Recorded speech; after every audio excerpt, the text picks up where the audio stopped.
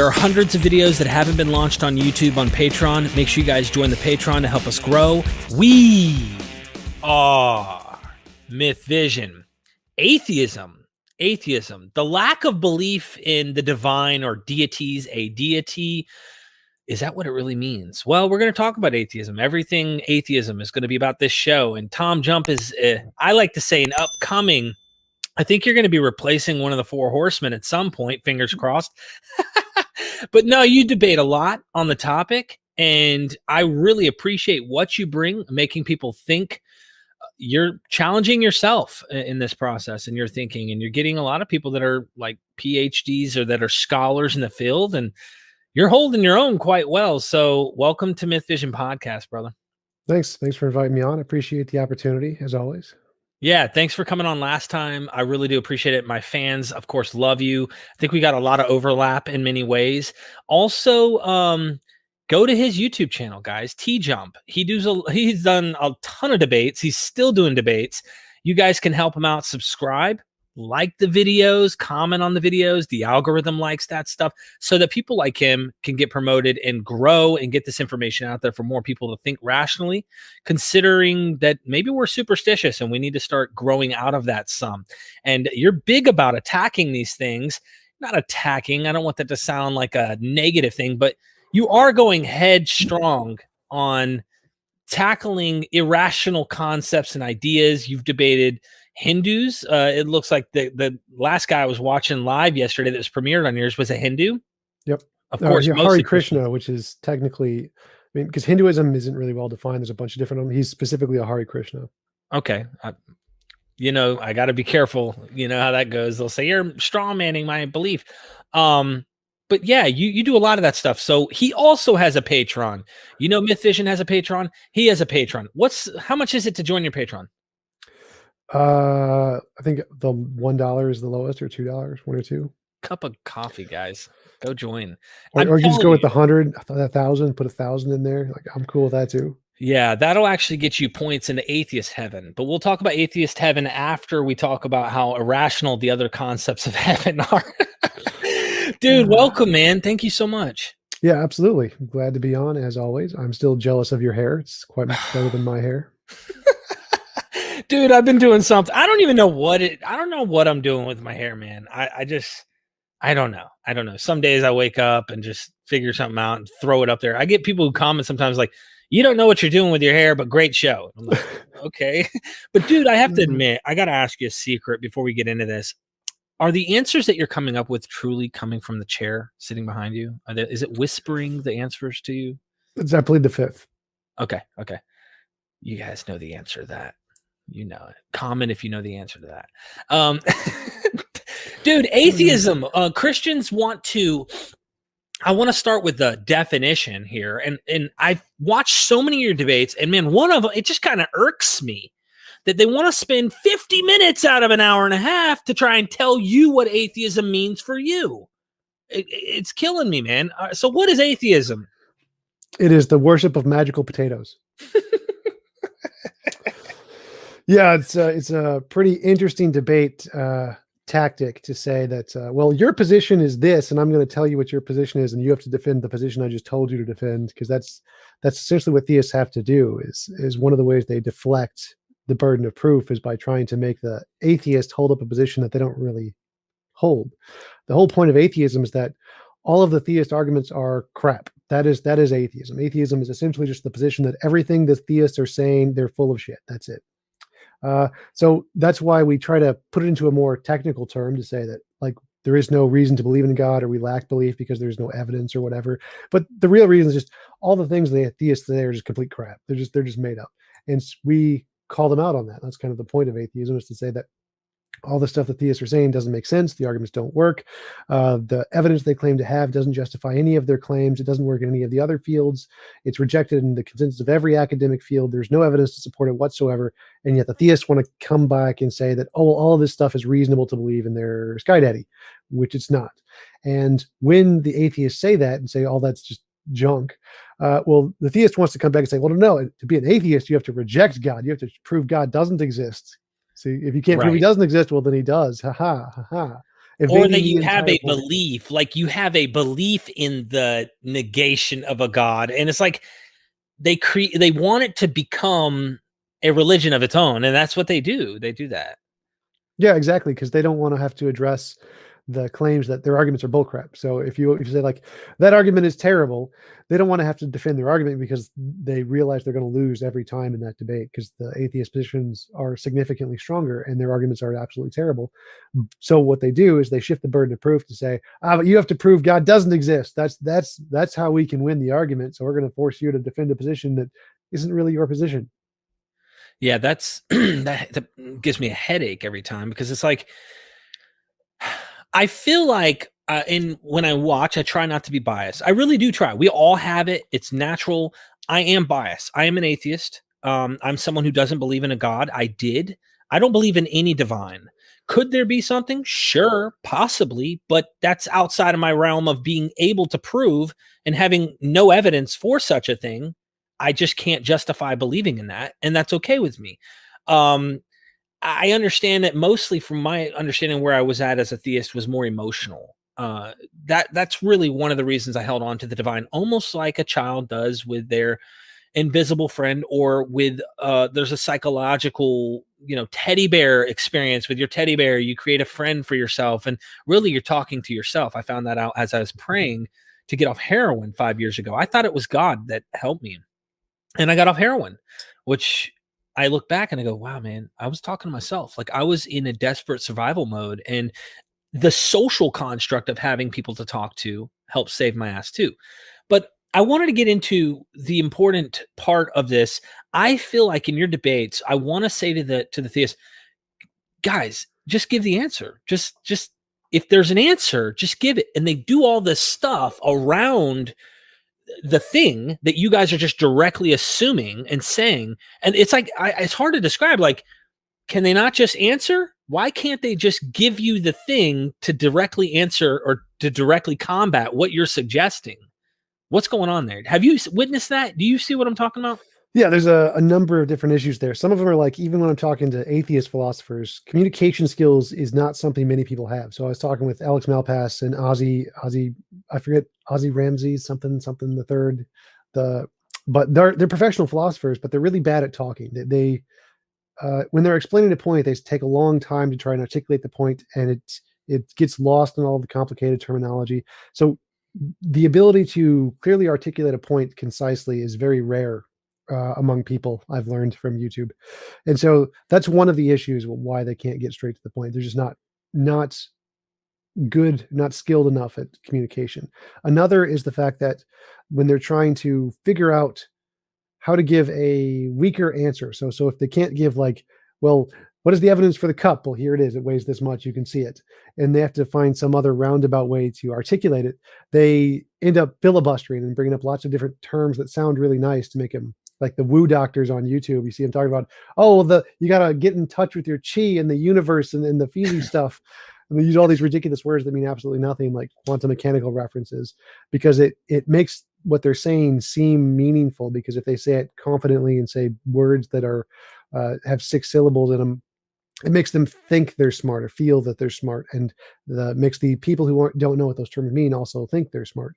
So that technique is used by theists just like it's used by the crazy guys on YouTube who just talk about woo all the time. That brings up a great point. Some of these people are very sophisticated that you've talked with, and I've heard them. A lot of them are philosophers, or at least study philosophy pretty deeply. Others that have these credentials, and I listen to them speak, I'm like, dude, it almost sounds like, what are they going to school for? Because they're not learning anything, it sounds like to me. But I ask you, what are some of the best arguments you've heard on the theist side? And they come so close, maybe, but then you realize that they just did a 180, like right at the end. Do you have anyone that you've talked to that you're like, you know what, that you're getting close to something that could make sense, but that's where you make a leap of faith at that point, and you lost me? Yeah, there's 2 decent arguments that the theists use. One is the contingency argument. So everything that is contingent has a cause. There has to be some necessary thing as the foundation of the universe. That makes a lot of sense. That's one of the big logical possibilities of what caused the universe is a necessary thing. And then they make the logical jump. Well, that necessary thing is Yahweh. It's a mind. It has intentions. It created purpose for us. It created Jesus, and then made a magical rib woman who was convinced by a talking snake to eat from a magical tree. Like they're making these leaps that aren't there. So I can agree that there's a necessary thing. That makes perfect sense. That's definitely one of the possibilities. But we can't go from that to say what the necessary thing is. And Right. there's another other argument is that DNA is a code. The only codes we know of are made by a mind. Therefore, DNA is made by a mind. That's actually a reasonable argument. So if we just discovered DNA yesterday and we knew nothing else about it other than it's a really complicated code, that's a reasonable argument. Like you could infer that maybe life was made by a mind. But subsequently, after we discovered it, we've made a lot of testable predictions that says if it's made by natural processes and abiogenesis, then we should be able to see these processes occur in natural circumstances, like the RNA corpuscles forming on clay, and how the bonds of the nucleotides formed in DNA. And we can see these in the lab. We've demonstrated them. We know that these things are completely explained by abiogenesis because the natural hypotheses made these predictions that we would see this in the lab, and we did. Whereas intelligent science made no predictions at all. It's almost like the argument they're making is nature itself is God. And of course, they're not saying that, but the metaphysical behind all of that, some might argue he's in time and space. Some might say, or it is in time and space. It is outside of time and space. This is where I've heard the argument come from inspiring philosophy. And yeah, did I get that correct? Yeah. Yeah. And he's debating Matt Dillahunty, and he's arguing the mind argument. We have a mind, minds are there, therefore there's probably this greater mind out there that is made these things. And I've heard his argument with Matt. He's a smart guy. He's a sharp guy. But where do you see fault in what he's trying to suggest? Do you see him making huge leaps or?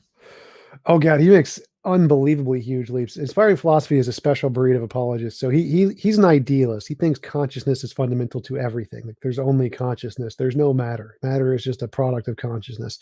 He has a very strange view, and he cherry picks a few academic papers. So he goes a little bit further than most apologists, because most apologists just say William Lane Craig said this. We'll go with that.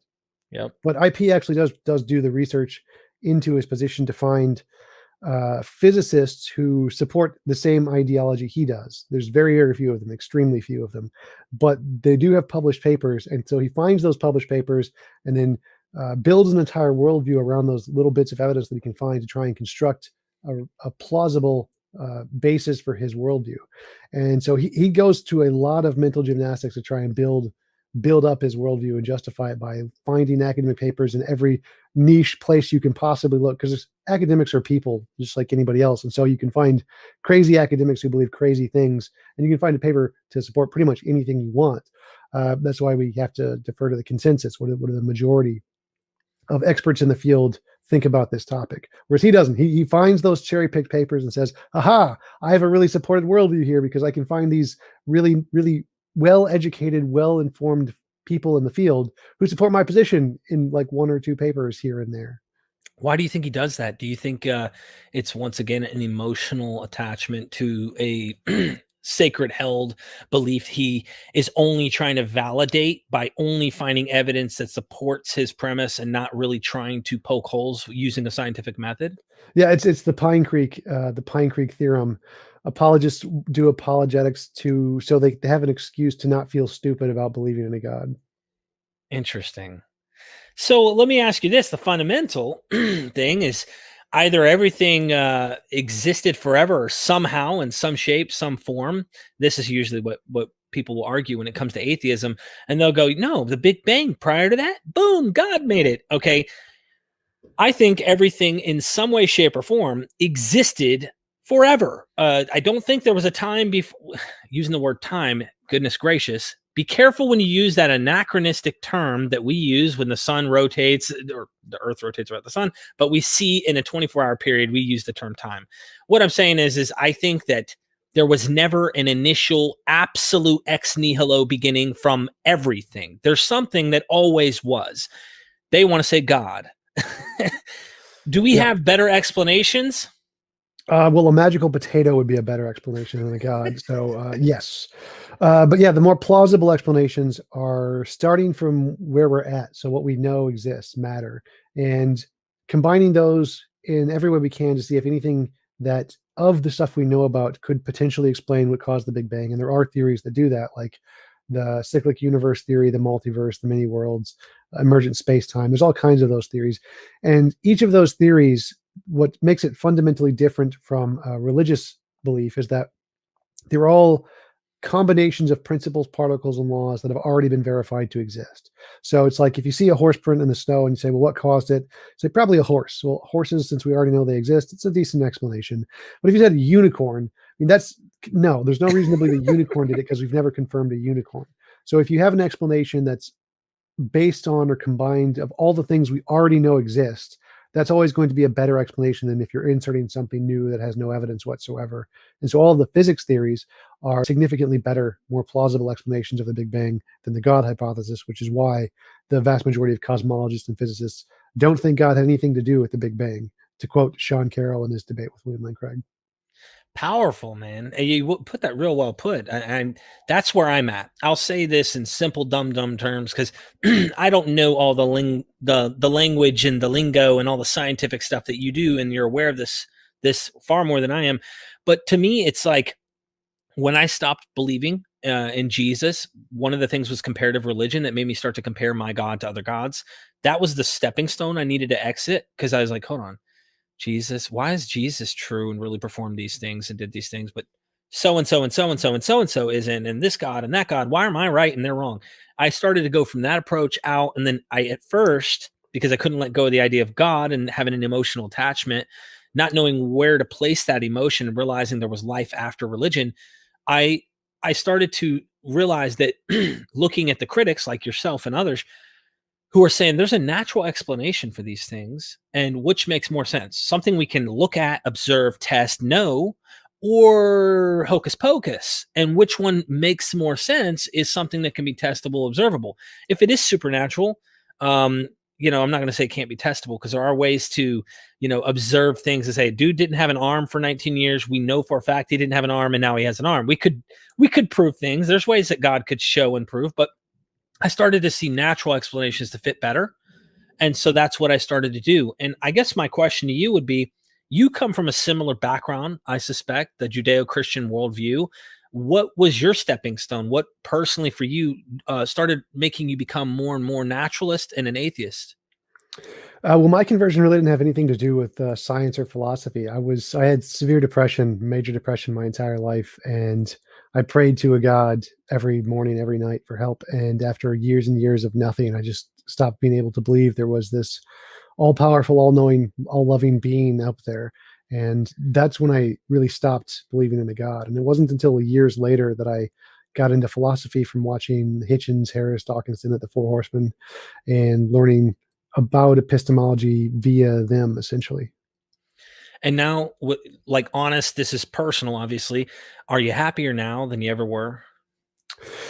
No, still major depression. Still got the depression, but more hopeful because I have a moderately successful YouTube channel, which gives me slightly better hopes. Still need a hot brown girlfriend to make me feel like yes, I can finally be happy now. Someone to sit next to you on the couch while you're debating? Yep. Look, man, that's I know that's personal, and I really appreciate you answering that question because I work in a field with mental health and I see it all the time. And most struggling drug addicts who are trying to get clean are religious or think the only way out is a higher power. And what they define as a higher power is some magic, fairy dust, Yahweh or some other deity, Jesus, who knows, to try and get them, from ever having to use drugs or alcohol again. And I honestly believe that my skepticism and becoming a critical thinker and a naturalist, depending on what we can observe, test, and experience, would, I'm not, let me repeat experience. I don't mean, people have experiences. That's not what Well, I mean. if you have the right drugs, you can experience anything. Trust me, I know all about it. And you probably do too. Yeah, I'm not saying that. I'm saying things that we can really know. And I like what you said. You're optimistic because science, I think, will solve some of the problems with mental health that religion never will. So I'm a big fan of what you do, and thank you for doing that and saying that. Um, where do you see us heading? Because it seems like most people are religious and superstitious. It's been that way for thousands of years. I'm reading a book, Battling the Gods, right now. I think it's Brian or Whitmarsh, and I'm actually going to be interviewing this guy on the channel, so I can't wait. It's going to be great. He points out that it's very hard to find atheists in the ancient world, but he does it, and he shows you people who battled the gods. They refuse to acknowledge these deities as Asclepius and you name it, all the different Greek gods and other worldviews. But mainly the Greeks had more literature that's preserved. So it's been going on for a long time. Do you see us eventually becoming more atheistic in the future? Oh yeah, absolutely. I mean, we're seeing a trend even especially in America right now, where the religious percentages are dropping off and the non-religiouses are taking over. And that's not a adoption of hard atheism; they're just not being as religious anymore, which will then, of course, lead to more hard atheism, like in the more Western European countries, which do have predominantly atheists or non-religious people.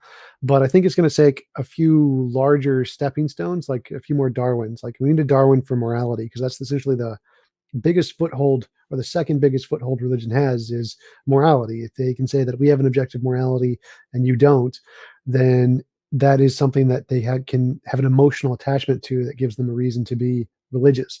And if we can solve that in a secular way, that would be like a Darwin who just came back and said, no, that idea that all life came from a designer, that's dumb. Here's a much simpler explanation, and you're done, and just crush it. So if we get one more Darwin for morality, that'll essentially put probably the final nail in the coffin for religion. That's a well said. I think about that myself, and I think humanitarians, people who are secular humanists and such, they have an attachment to try and help humans in some way. There seems to be an emotional attachment to just trying to help humans for the sake of helping humans. But this is personal information. The other day, my wife still struggles with the whole idea of evolution. And evolution ties a huge role into a lot of today, what we would call atheism, of course, in understanding how we came to be. And my wife was still like, I don't know, because we were big into religion. She never gives a crap. Like you said, she's not religious, but she's not educated in it. So we sat out here in the garage and I turned on some animal channels where the certain breed of monkeys are doing their thing and people are filming from different angles, observing over weeks or whatever.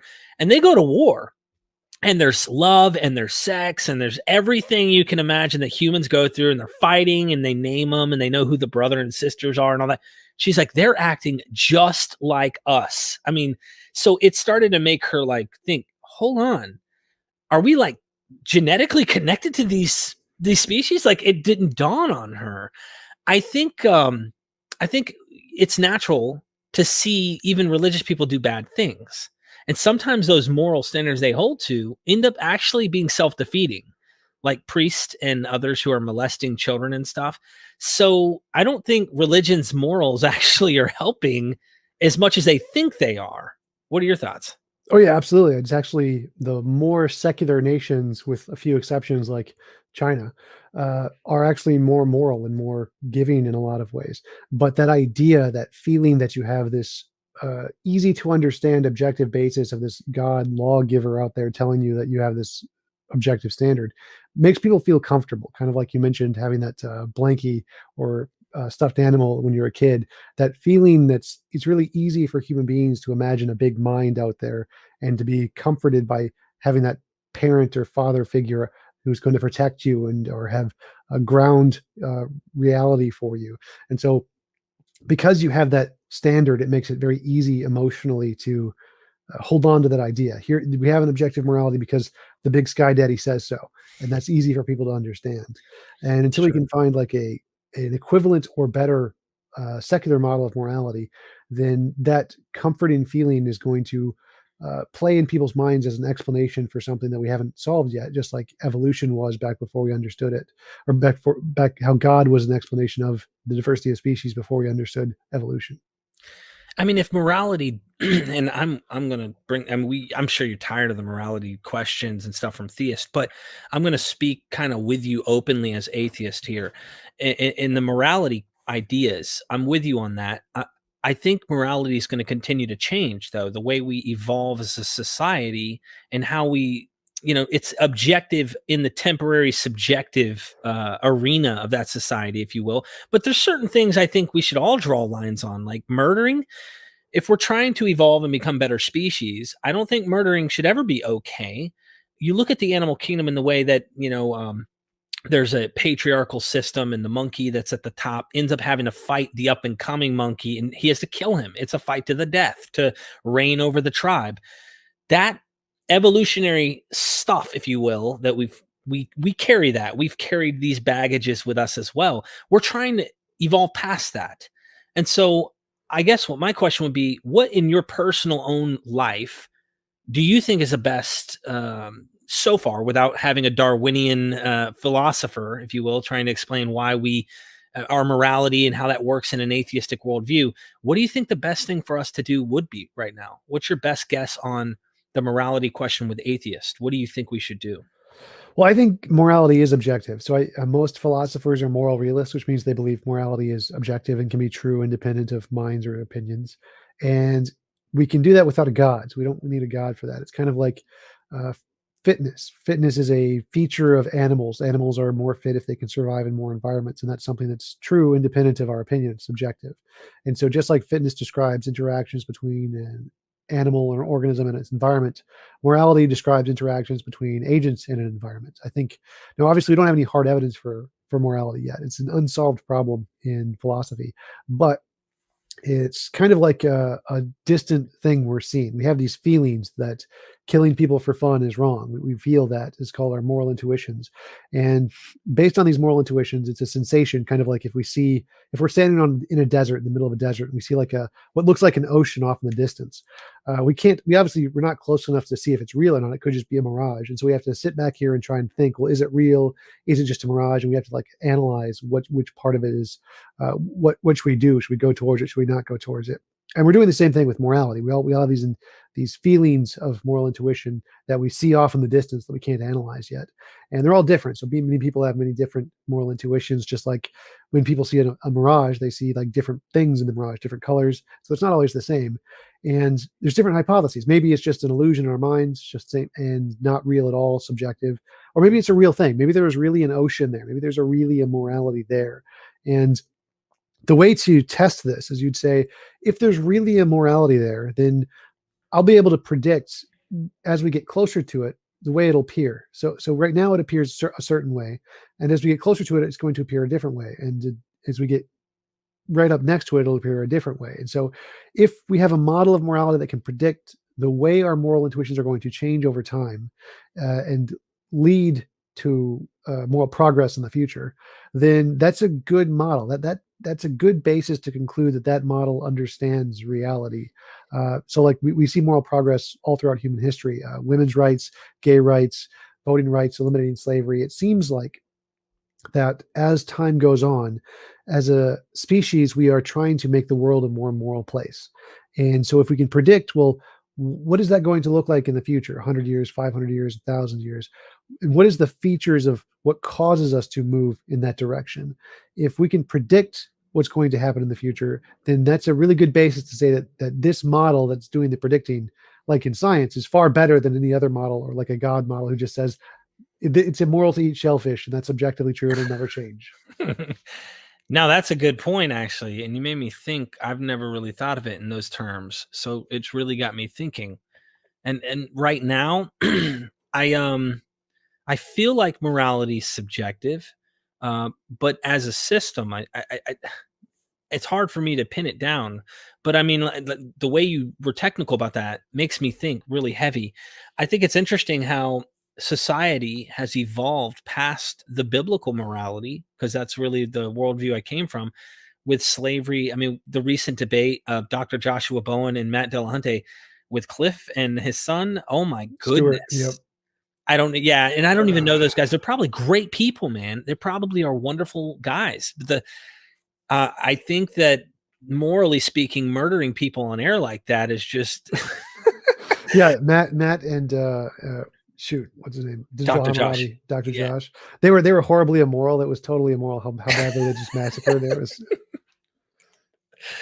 Dude, that was a really, really good debate about how slavery was it was okay to God, you know? It wasn't something he condemned, and that would have been what we would expect from someone who knows the future and knows what's right and wrong, and humanity has a better morality compass than Yahweh at this point, and that's what's really got me going, I wonder where we'll be at in 1,000 years and what we'll try and figure out. I do like that we're continuously using natural means to try and understand and answer questions. I was watching a show how they're genetically modifying people. They're figuring out how to go into the embryo and literally find the defective genes and replace them. And I can't remember the name of this particular thing that they have, but it's getting scary. Casper, Yes. Casper something. Yeah. What are your thoughts on that as an atheist? CRISPR-Cas9. That's it. Yes. What do you think? Do you think we're going to end up one day screwing ourselves over playing too much with this stuff or what? Yeah, absolutely. I mean, with every technology, there's always going to be mishaps, no matter what. It's necessarily going to be the case. I don't think it's going to destroy humanity. There's other technologies that are much more likely to do that, but even those are more likely to benefit humanity than to destroy humanity. So I think it's going to be a net positive that we're going to be genetically manipulating people to eliminate diseases. That's a good thing. And I don't think we should really be worried about the consequences. There are going to be consequences, and those are terrible. But just like vaccines can cause side effects and harm people, but the net positive that they provide to society is significantly better than the negative. Interesting. Interesting. Well, if you were able to, let's just say you had a chance to hang out with a famous atheist who died of cancer. What is his name? Hitchens. Hitchens. Yes, I can't even believe I couldn't think of his name. What would be the one thing if he was alive right now that you could sit and talk with him? What would it be that you would want to ask him? I'd probably just ask him to give me his favorite bourbon or something. He'd But yeah, appreciate that. Yeah. yes, I'm not a real social person, so that's actually one of those questions. Like, they asked that a bunch of times in schools, in high school, grade school. Like, if you could invite anybody over for dinner, who would you invite? And I always like, I don't even understand how to answer this question. Like, because I've never enjoyed speaking to people or getting to know people in that way. I kind of find it boring and not interesting because of my depression. And so I never felt any desire to really just be around people and hang out. It's something I struggle with emotionally. And that's why I don't have a big social network. And it's the thing I'm missing most in life, trying to find people who can help me be more social and meet hot blondes preferably. But so that's one of those questions that is very weird for me because I've never actually had a desire to really just hang out with somebody, like go to dinner and just talk about stuff. It's a strange thing for me. I'm kind of with you. I'm more of a social guy, of course, but I'm kind of with you in that respect. I do like my own space. I'm a little introverted. I think over the years that's happened. It could be mental health. I don't know. I've never been diagnosed, but I see that you play video games. So that whole getting lost into the world of a virtual game, I'm big into that as well myself. But I don't want to take us there. We're talking atheism, and I don't want to bore our audience. Is atheism a belief system? Can be. It's dependent on each individual person. As a person, you get to define your position however you want. You could take the atheist position as to be a belief system that encompasses many things like humanism or secularism or the positive belief there is no gods. You, as an individual, get to define your position however you want. So if you define atheism as a belief system, then that's what it is for you. And if you define it as a lack of a belief, what that doesn't entail any other beliefs, then that's what it is for you. It's kind of like the theist. The theist gets to define their position how they want. It's one of the things I dislike about atheists is when they say faith is a belief without evidence. I mean, even though that can be true, if the theist, who is the one who has the position, says, I define faith as a belief with some kind of evidence, then they get to tell you that that's their position. And it's equally as wrong for the atheist to say, no, that's wrong. Faith is a belief without evidence, as it is for the theist to say atheism is the belief that there is no God. Like you can't tell the other person what they believe. You have to accept their definitions, even if they're strange definitions, or it's going to strawman their position. So I think that atheism can be a belief system, just like faith can be a belief with evidence. It just depends on the person who's using the term to describe their position. So it's better to get past the definitions, allow them that permission, if you will, to say that they have evidence that they believe, then challenge the evidence, really, instead of trying to argue over a definition for 800 minutes. it's good to just go, okay, we'll permit you that. Okay, so what's this evidence, and how does that connect with your theism? And so going from there and seeing if it's rational and if it works is what you're going to do. I love that. A lot of times theists, and maybe the atheists are wrong for this too, but I've definitely acknowledged that theists want to, it's almost like they feel like they got you, and I don't know why. If they did have you admit, oh, it's a belief system, because they want to make it this thing where you're an atheist because you hate God. You want to not believe in God. And tell me more about this. What does that frustrate you? Not really. So I don't really care. I don't really take it personally what their arguments are. I really don't care. Like if I debate Darth Dawkins and Mr. Batman, like the most crazy, cringy people alive, but it doesn't bother me at all the approach they take, because I see it as more of a game, like a video game, like you mentioned. So I just sit there and am ready for whatever strategy the theist wants to throw at me, and I just see if I can how I can handle it, and it's more of a for entertainment value than anything. So I don't really care if they try to misrepresent my position or anything like that. It's mostly just for entertainment value.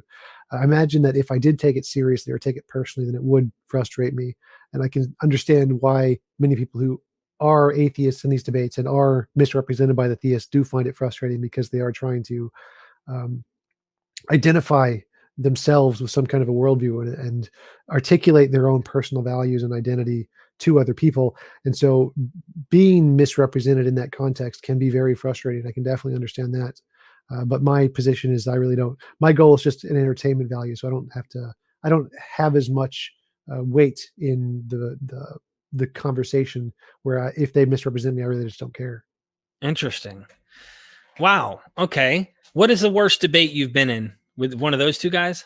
No, Jay Dyer was the worst because he just wouldn't stop talking. Like if you can't make a point and you're just like yelling at each other the entire time, it's just pointless. Like because the point of the debates is really to demonstrate my epistemology, because I wrote an epistemology and model of morality, and the whole point of my debating and specifically debating professors is to demonstrate how effective my epistemology is at the highest academic levels. But if someone's just going to scream at you the whole time and not let you like present your arguments or counter their arguments, well, it's kind of just pointless. I saw you debate an Indian. Maybe he wasn't an Indian. He might have. I think he was a Muslim actually, and he was trying to argue why the Quran or why this is the true religion. And you were like, okay, and you were having no crap, bro. Like you were so short with this guy. You were like, okay, listen, I'm gonna keep interrupting you if you don't make a point. You said there's like 4 points as to why they stopped. Alcoholism has dropped in the community. Like, I mean, like, they started. That was the most black things I've ever heard, man. Man, those 4 facts about bees. Whoa. Blew my mind, man. Did you know that female bees leave the hive? Oh my God. And bees, they eat fruit, therefore Allah.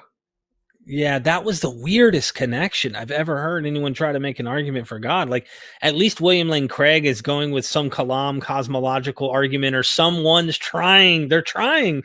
But bro, like the refrigerator hums and we've lowered the humming of the refrigerator. I just don't see how that worked, but in his head it works. I don't know. Yeah, it's he has a very unique approach that is at least entertaining.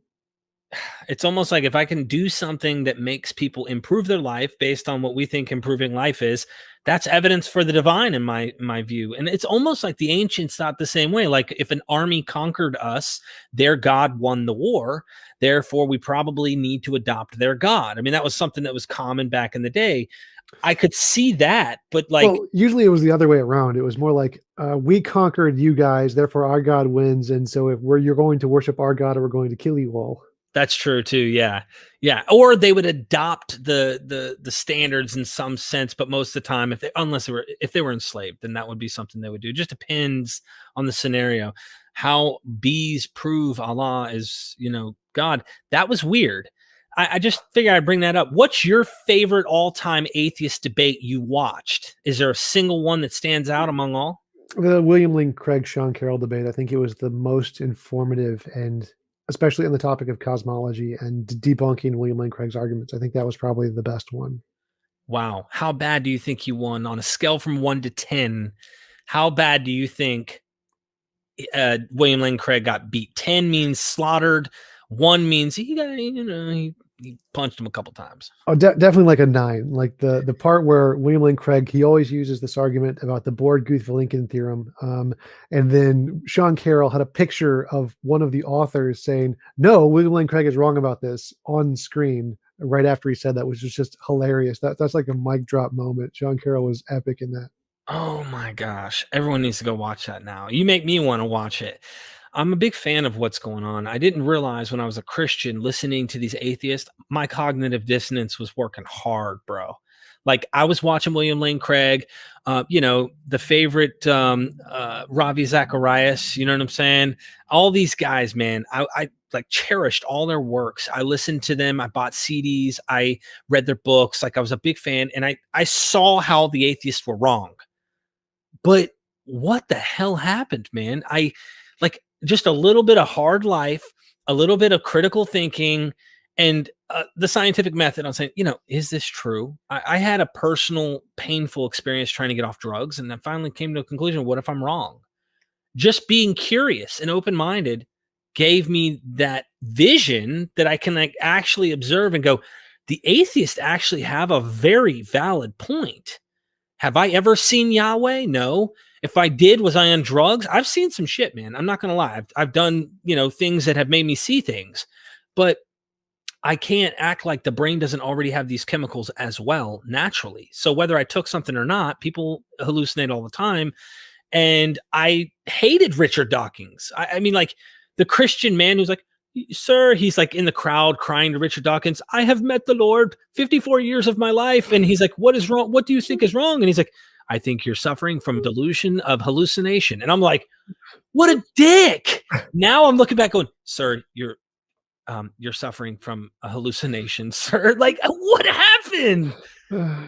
Yeah, absolutely. I think Dawkins is absolutely hilarious because he's so terse in the way he says things. Like, and he's not trying to be an asshole. He's just extremely abrupt in the way he talks. Like many people who are extremely intellectual, their social skills are usually not as kind and polite. They usually just, if they have an opinion, they just tell you immediately without any padding in there, no beating around the bush.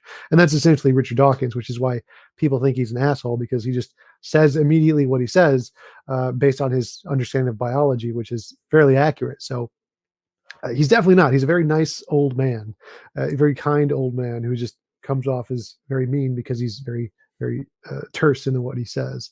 But yeah, it's a really interesting phenomenon that when you are religious and you look at these arguments, they seem so strong, so ironclad, and then if you lose your faith and you come back and really think about them, like, oh wait, these weren't actually that good. Why did I think they were so good back then?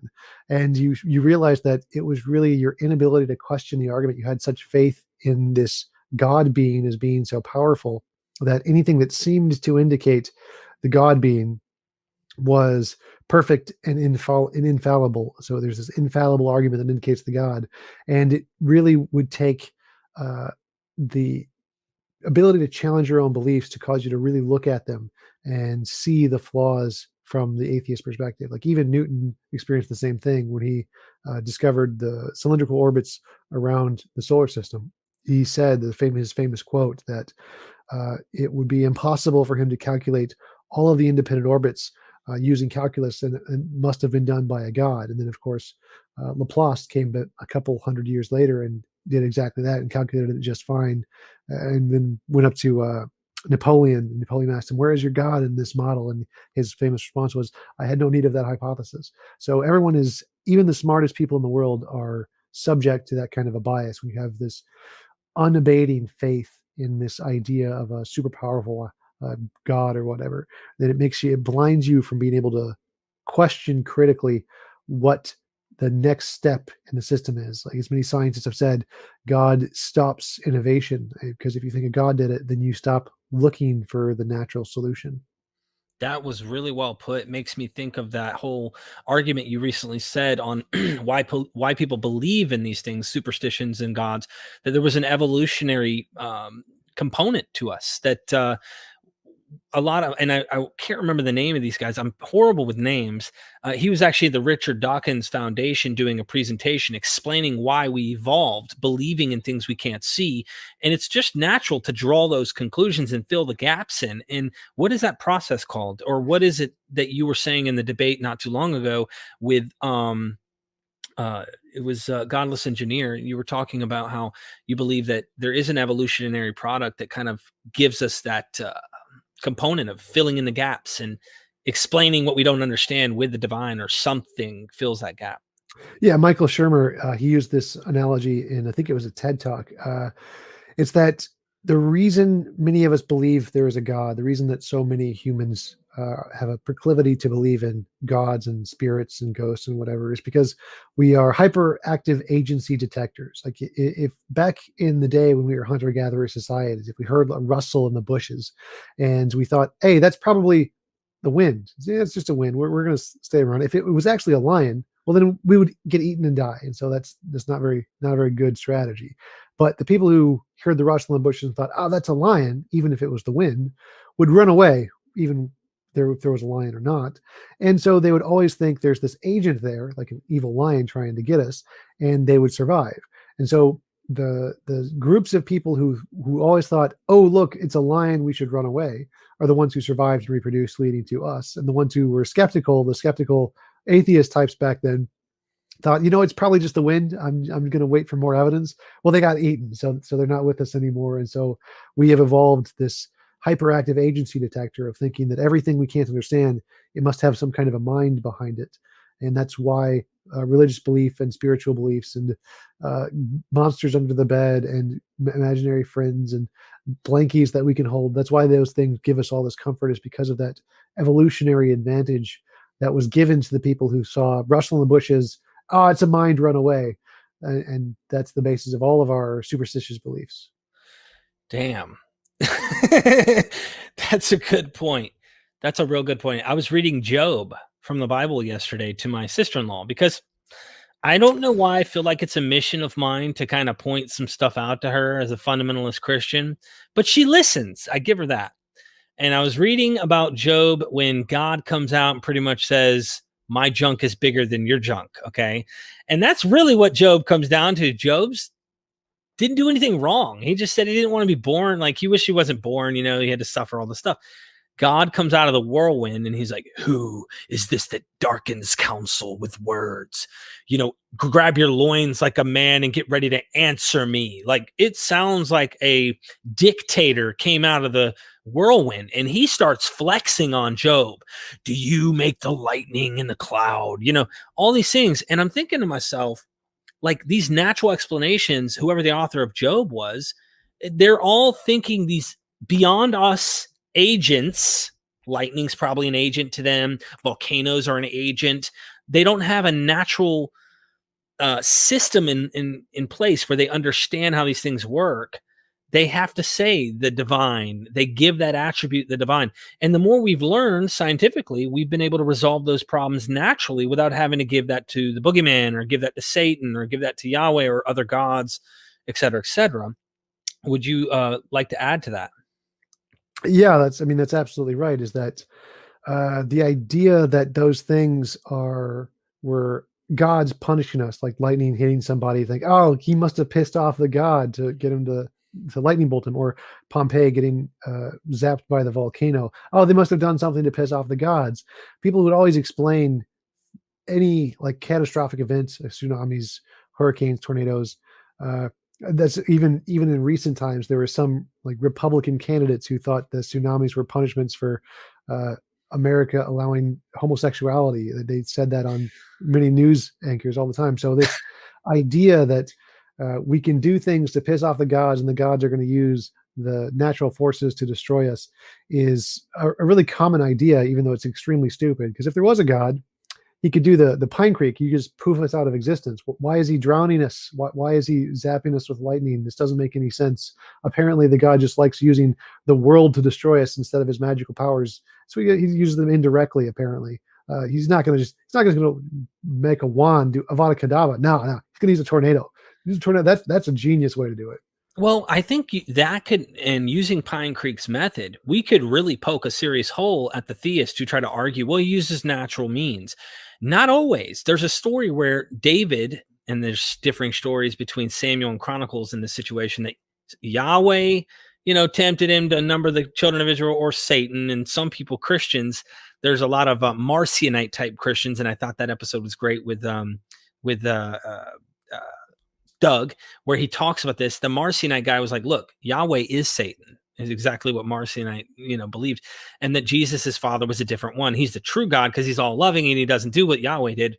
Well, in that story, he numbers the children of Israel sinning against God because he didn't trust in God. Instead, he wanted to count his men to make sure that he's got enough guys for battle.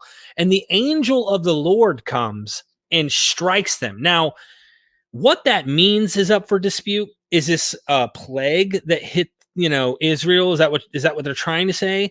It seems there are places though where they're able to see angels, fiery people with swords and shields in the mountains. I mean, even Josephus seems to sound like, well, when 70 AD came and the Romans were in conquering Jerusalem, I saw angels in the heavens. I saw soldiers with shields and swords, and they were ready to fight, battling in the heavens. To me, it's like, why don't we see any of that? None of that ever happens. And that started to strengthen my skepticism, which leads me to more conclusions on saying the probability of a God not existing is very low. In fact, I want to ask you, because you have a different conclusion in terms of the strength of your atheism, say, versus godless engineer. It sounded like godless engineer is more soft. You have more of a harder atheism, and you think you stand harder on it than he does. Is that Well, right? in that debate, we have a very similar position. In that debate, I was taking the hard atheist position for the sake of the argument, so that the theists could address either version of atheism, because the debate was whether atheism was rational or something like that. And if me and Godless Engineer both took the lack theism definition, but the theists were taking the hard atheist definition, like, which is what they did and what most theists do, then it would cause we'd be debating definitions for an hour, like you mentioned. That's extremely boring. So I just decided I'll take the strong atheist position. I'll say God definitely does not exist for the sake of the argument, even though I'm more of a methodological atheist, much like Godless Engineer. I think that I don't usually make claims about what does or doesn't exist fundamentally. I just claim what is the epistemic basis of our evidence, and then that's really what matters, not really the claims about what really truly exists. So I usually take something similar to Godless Engineer, but yeah, you can definitely justify the belief that God definitely does not exist, which is what many of the atheist philosophers take, like Alex Malpass, Ozzy, those kind of guys, Graham Opie. They're like strong atheists who believe God does not exist. And the way you do that is you can say there's lots of contradictions in the properties of God. And the way I do it is I say, if you don't have any evidence that the thing exists independent of our imagination, then it's reasonable to conclude that that thing is only imaginary. It's only in our heads. And if there's no way to show that that thing is true independent of our imagination, then it's perfectly fine to just say it's purely imaginary and it doesn't exist. That's interesting. I know a lot of people will try to straw man you on hard atheism. And so, yeah, I do appreciate you responding to that, because I didn't know exactly where you stood on that. So hard atheism, they'll say, it's not a rational conclusion because you can't be certain that God doesn't exist. Now, can you dispel that fluff that they're putting up right there? Yeah, you don't need certainty for knowledge. So no one says that, well, if you're not certain, well, then you don't know. Like, that's not a thing in philosophy or science. The consensus position is called fallibilism. Fallibilism is the position that you don't need certainty for knowledge. So, like, we can know we're not in the matrix. We can know we're not a brain in the vat, because we have justification. We have justificatory evidence that this is the real world based off of our interactions with it, based off the testable predictions we can make, given the hypothesis that the world is real. Even though it doesn't give us certainty, it does give us justification, and knowledge is a justified true belief. So as long as you have a belief and it's justified and it happens to be true, then you have knowledge, even if the justification isn't certain. Two more things, and then I'm going to let you go here, because I really do enjoy listening to you debate other people. Of course, this is just a discussion about atheism, and I'm really wanting to probe out of you some ideas here. Number one, I'm interviewing Jesus next week sometime. There's a guy in Australia who says he's Jesus. And so I'm going to interview him. I'm going to be super nice. I'm not going to do epistemological challenging, things like that. I am going to ask some questions up front to get the initial interview going, but then I'm going to just pretend that he's Jesus and ask him questions and probe into his mind. Okay. Do you have a comment you'd like to make on that? Yeah, that would be definitely be interesting to see what questions you could ask him. Like, what would he do? What would he do if there's the revelation part where where the world's going to be perfect for 1,000 years or whatever? I would ask, what is he going to do to make the world of that? Like, what are the things that he's going to change about the world? And then I'd say if he could compare it to my model of the best of all possible worlds and see which one's better. See if I'm I know more about morality than Jesus does. That would be an interesting test. Interesting. Yeah, I'm excited to ask him. I think he thinks some of the books aren't accurate in their mythology. He admits the Bible's not, like, he admits it's been tampered with and it's not right, which will be interesting to get him to. He believes he's the second coming of Jesus. He's actually a really nice guy. You'd be shocked if you were talking to him, but I think personally, I mean, this is my not being derogatory, but I think he's delusional. I do, and I think a lot of people are. Don't get me wrong. I don't mean that in a bad way. Yeah, I think there's been about 1,000 second comings of Jesus so far. Wow, I didn't know that. Yeah, there's this one guy in Russian, Visarian something. Yeah, I'm trying to get him on too. He would be hilarious to have on. I think he got arrested recently though from Russia because they don't play games over there. So yeah, that would be cool to get on. Last question I have. It's going to boil down to this. I saw a debate with Matt Dillahunty and Mike Licona. Mike Licona had a really good debate with him. They couldn't get past this one part, and Matt gets frustrated when he has to repeat stuff sometimes. And I felt like I don't know if I would have answered the same way Matt was answering it, but maybe I could be wrong. I want your response on this. Maybe you can give me your 2 cents. What would it take for you to believe? Okay. Matt kept fighting Mike Licona on this, and it was like, he's like, what would it take? Jesus appears to you. What would it take for you to change your mind and say, okay, I believe that there's a God. And not only do I believe there's a God, I believe it's Jesus right here. What would it take for you personally to conclude that?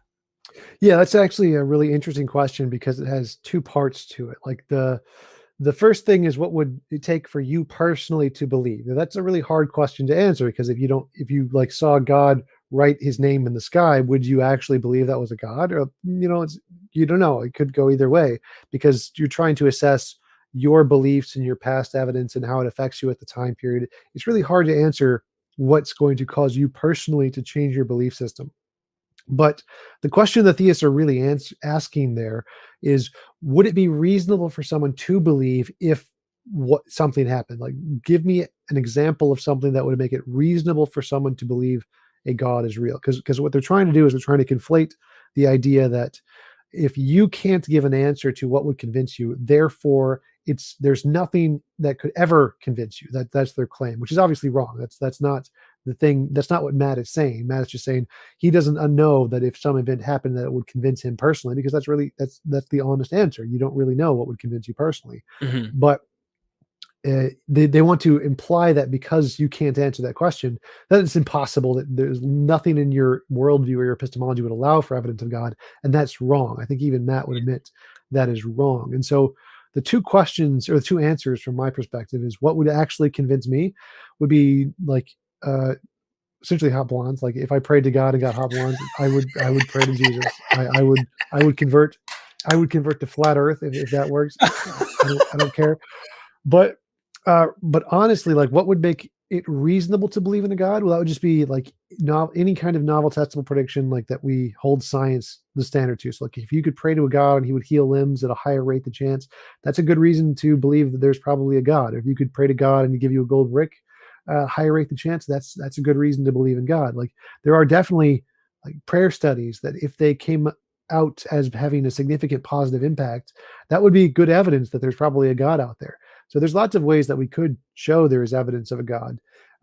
But it becomes more complicated when you try to answer the question of what would personally convince you.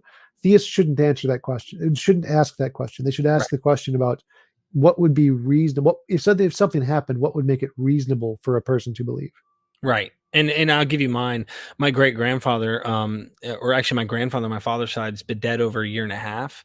If he came back from the dead right now, and literally showed up at the house and was, "Hey, I'm back," and he came back, and I knew this was him, that would give me very, very good reason to say, you know what, I do think there's something here. And how is this? Where were you? What did you see?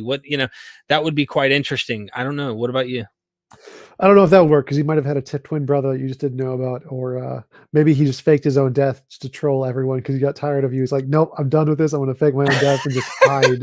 So for me, it requires novel testable prediction. So it couldn't just be something I couldn't explain, like someone coming back from the dead. It would have to be like, if my God is real, then we can do this experiment to get this result. So if I could pray to God for my dead grandparents to return from the grave, and they did, that would be good evidence. But just them returning randomly, I'd probably be like, I don't know, this is fishy. Good point. Good point. So now you're getting more specific about requirements that would make more sense to be able to rationalize and say, okay, it's inevitable. I mean, the statistics and the probability that this happened by chance right after I said this, and he's doing what is practically impossible.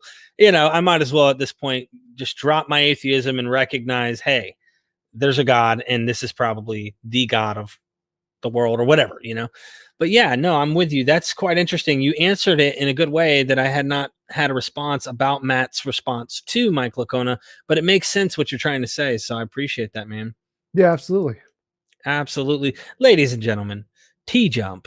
He got all these answers from his chair behind him, but he pleads the fifth. You guys know he's bull. It's not true. He gets it from the chair. Look, I'm going to say some prayers about some blondes for you when we get off of here. And I do appreciate you joining me, man, for real. Yeah, absolutely. It's always great having on. I appreciate the invite as always. And I'm still jealous of your hair. Can I like shave it off and steal it? I'm just like, get a toupee. Just here you go, bro. Make sure you guys subscribe to his channel. He's trying to grow this channel, and it helps his mental health. Do you want him to go mentally insane? Come on, you guys need to help him. Every like and every comment and every subscriber adds strength to progressively getting better in his mental health. Okay. We need to get him as many people as possible to go over there and join. But seriously, the debates are amazing. The content is wonderful. And you get to hear someone who's like battling on the forefront. You're not just battling top names. You're challenging guys that anyone who's willing to come out and debate that's knows how to speak a language that is comprehensible to some degree with you, right? Most part. There's a few that don't fit that category, but so you're willing to debate almost anything. Like I could bring a log in here and just set up and you could argue with this thing. You think you'd win? Yeah, I have an open offer on my channel, $50 for anybody to debate me on anything. Like if you just pay me $50, I'll debate you on whatever you want. Interesting. Take him up on that debate, ladies and gentlemen. He has a Discord. He's got a Patreon. You guys can help him out. Of course, that always helps us. I know some people who can't stand when we plug stuff like that. They act like, oh, that's all you care about. Well, no, we're just trying to do this full time. We want to be able to not only survive. Surviving sounds like a struggle. Thrive. We want to make it and go places. And I could see you honestly moving into larger auditoriums, doing big stuff, because you've already been debating publicly in forums and not just online. So I could see you doing more. Yeah, I did. So far, I've done 3 live debates, or 4 or 5 actually, and I've got one more in a week in Georgia. Two live events in a week in Georgia. Do you feel this? I know I'm not supposed to ask any more questions, but do you feel like you've lost any debates? I guess so. You're wrong, but like, yeah. So like the one with GE, he's extremely well versed on mythicism, where I'm not nearly as well versed. So I think he won that one for sure. I probably lost the one with the 9/11 one because I didn't have as much background information as the guy who I was debating against. He was much more well versed on that topic. Probably my one with Vouch too, because I was super tired and didn't have the intellectual capacity to debate that day because I was about like 20 something hours not sleeping. So those are some of the debates I probably lost. I could say I lost those debates. Okay. Well, I appreciate it, man. Thanks so much, Tjump. And ladies and gentlemen, never forget, we are MythVision.